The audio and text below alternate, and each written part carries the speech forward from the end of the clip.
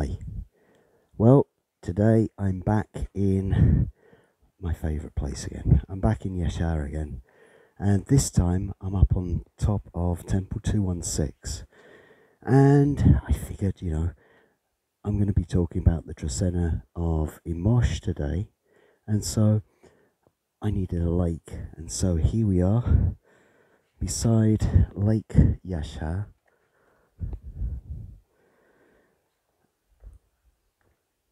Right on the top of this temple.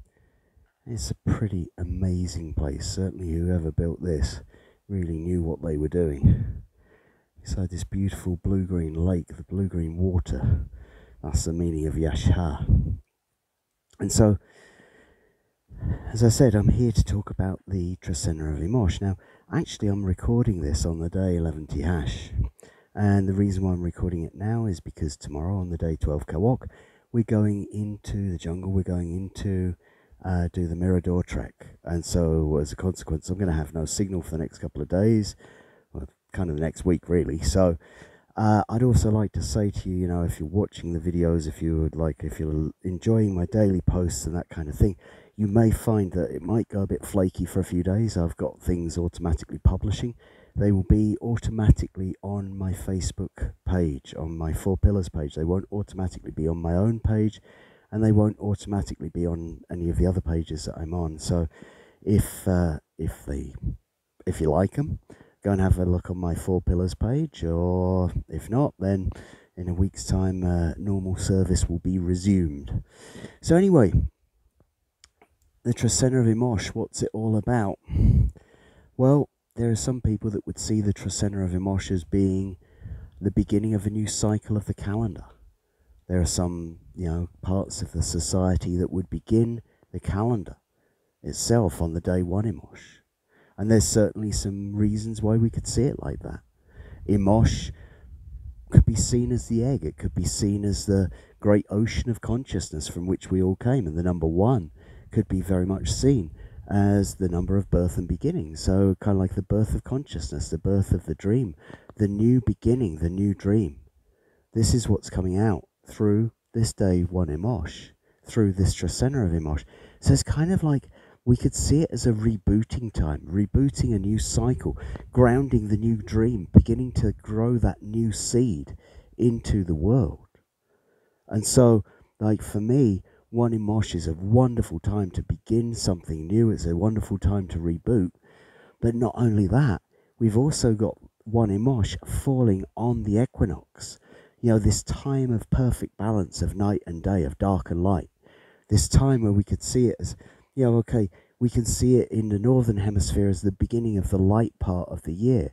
In the southern hemisphere as the beginning of the dark part of the year.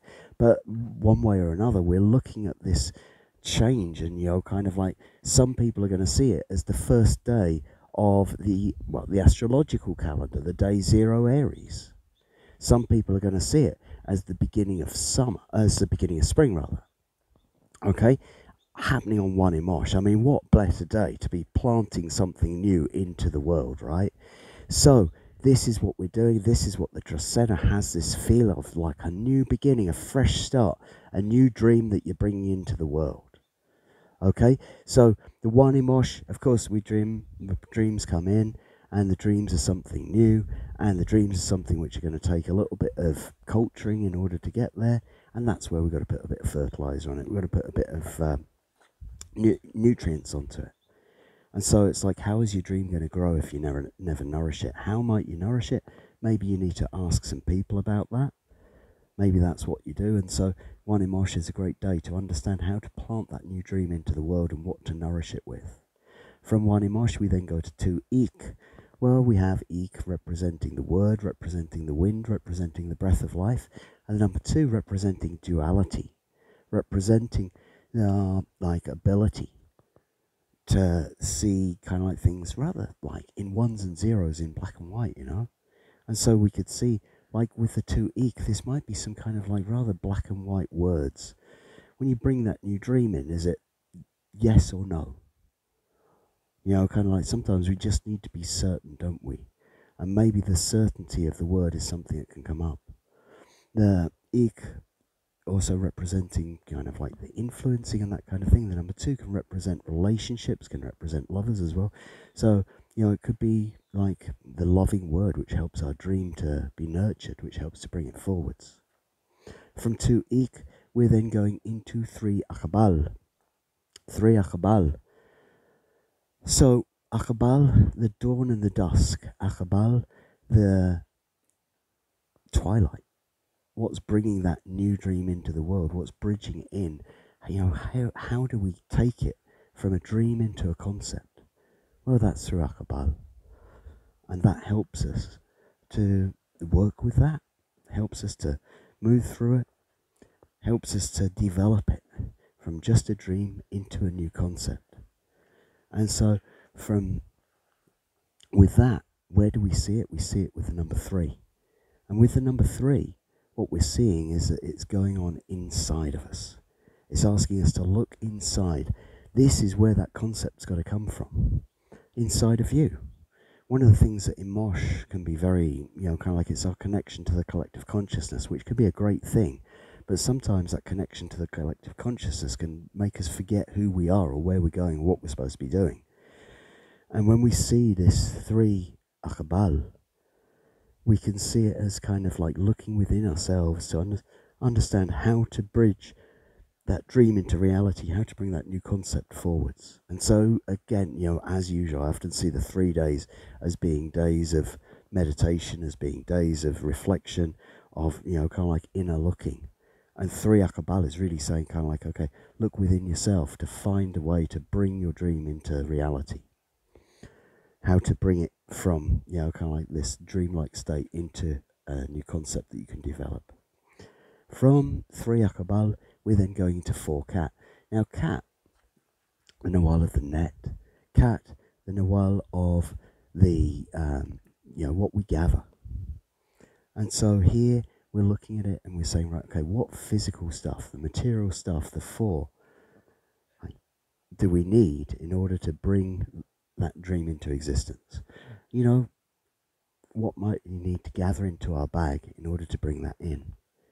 So 4 cat helps us to determine, because it's kind of like sorting stuff out.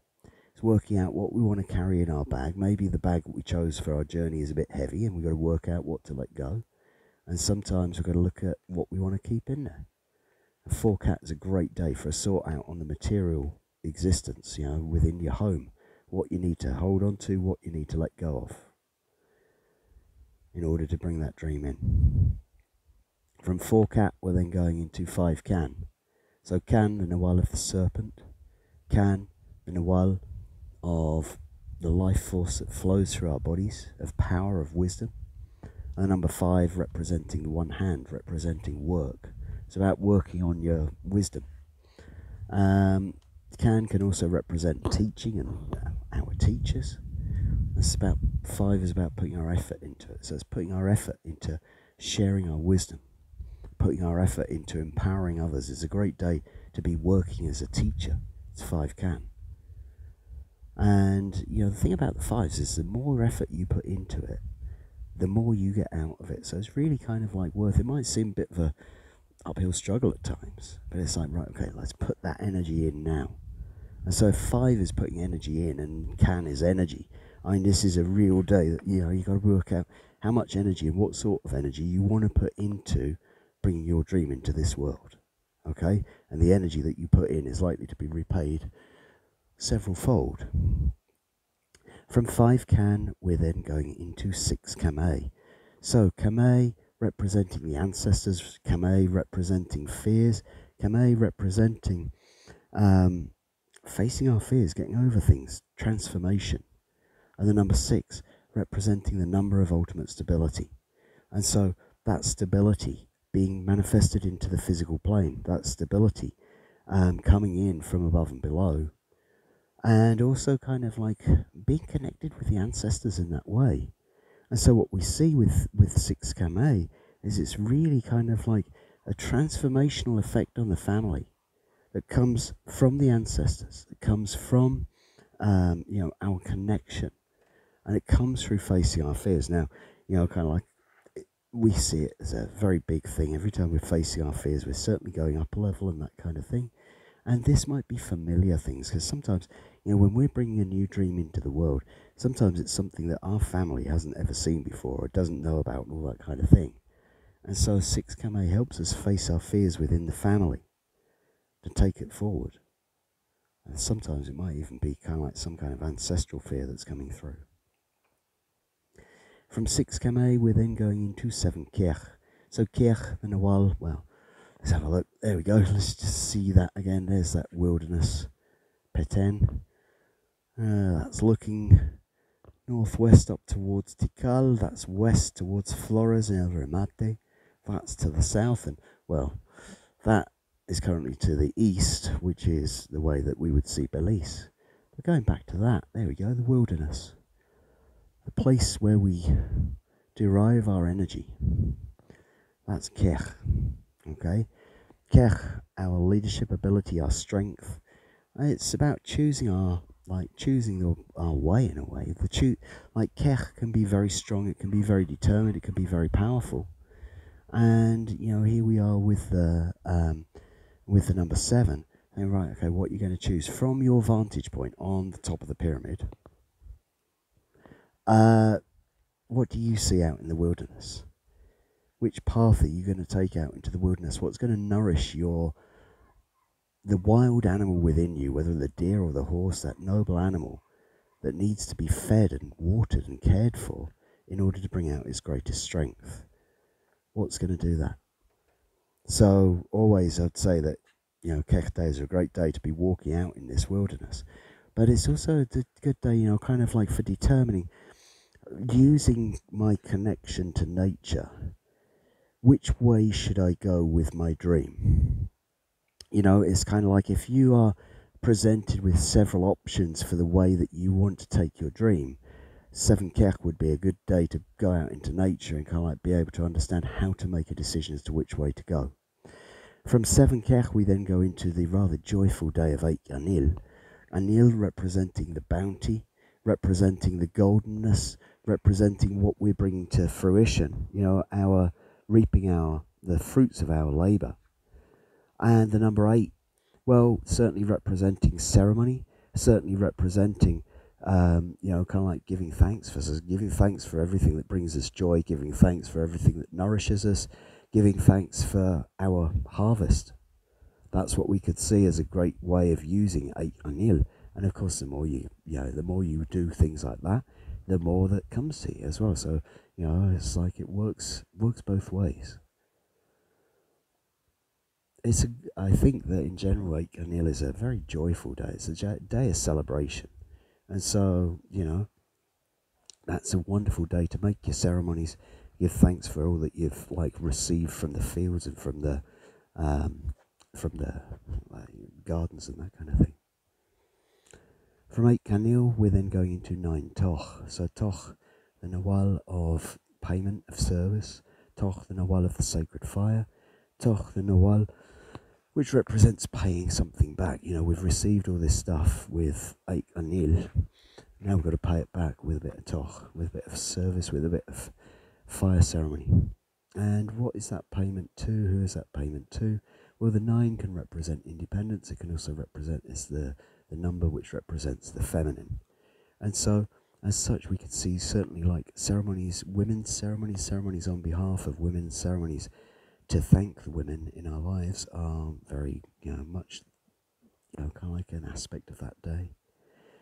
The number 9 can also be seen as the number of life, and as such, we could see it as kind of like the ceremony to give thanks for all that we've received in life. That's what 9 Toch could be used for, and of course this is a very important day. This is, a very suitable day for ceremony. And, again, empowering our dream through making sure that we're making the right payments to bring it in.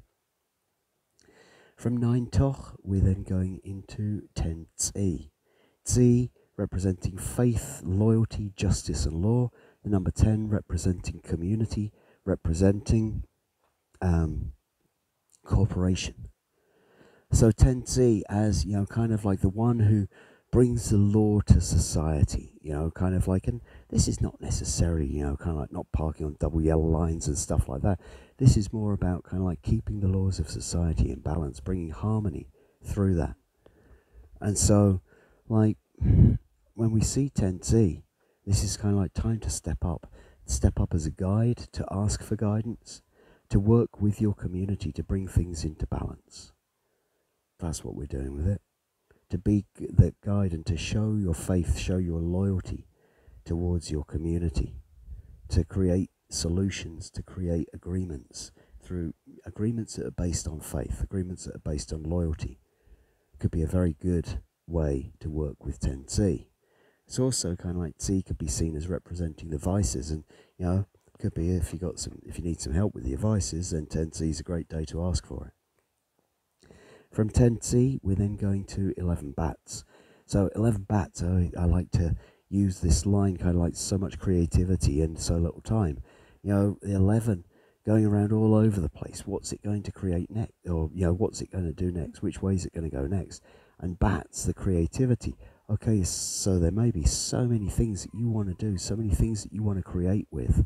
How are you going to create them? What are you going to create with? Well, it's up to you, isn't it? But you might find it, it's just kind of like, you might start something and then want to go into something else. It's like, spin a few plates at the same time. Go for it. If you feel like you want to start painting something and then you got to stop painting to write something down or whatever, then that's what you should do. It could be a very, very creative day, but maybe not a day for finishing off anything that you're creating. Kind of like get a few things on the go, get a few irons in the fire, as it were. From 11 bats, we're then going into 12 So the path, the road, the journey. That's taking us forwards on our path. Our experience. We're going to be going through an experience. We are, like, as we walk the road of life, going through an experience. And the number 12, this is all of our life experience coming together in the same place. Now, as we walk our road, particularly as we're walking into this new cycle, this new dream, this, the beginning of spring, the beginning of the astrological year, kind of like one Imox, all of these things happening at the same time. And it's like, okay, we're on a new path, but we can use experience from the old path to help us to understand how to move forwards on it. And like the number 12 is literally using that life experience. So it's kind of like understanding how to be brought to the smooth path, the clear path, the path of peace, the path of experience, using the experience that we've had in our life from the other paths that we've walked.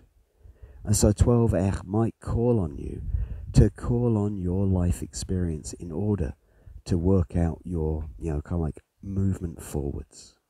And then finally, we end the Trecena of Imox on the day 13, Now, is seen as, the house, the home.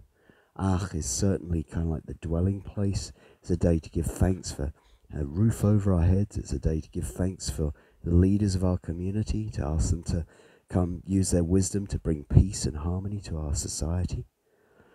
And there is a certain, this connection with leadership. It's kind of like the benevolent father figure. Now, the number 13 is connected to the 13 joints of the body. The number 13 is connected to spirit, to the ancestors. And so, the kind of interesting thing is that normally is pretty down to earth. But here, when we see it with the 13, it's like, yes, it's down to earth, but now it's connected with spirit. Now it's connected with the ancestors as well. And so this is a very, very powerful day for those who are in power in society, to be connected with spirit, to be connected with the ancestors. It's this kind of like, it's bringing out a spiritual leadership aspect from the civic leaders. And, again, when it comes to putting things right in our society, 13 is a great day to be kind of like asking for spirit, asking for the ancestors to empower our spinal columns, which is also a representation of so that we can bring this harmony to our society. Because we may be, as we go through this Trecena of Imox, we're like, okay, I've got this new dream, I want to bring it into the world, but the world needs to, let's say, adapt a little bit to the dream that I want to bring in. Well, the 13 is the one that's closing it up and helping you to use your connection to the spirit, connection to the ancestors, to bring in, let's say, the authority, or kind of like the strength, the toughness, the bravery that you might need in order to like bring that harmoniously into your home, into your society. So thank you for watching once again. I hope that you've enjoyed these views. I hope that you've enjoyed being here with me today, and I look forward to seeing you the next time for the Trecena of Imox. Thank you.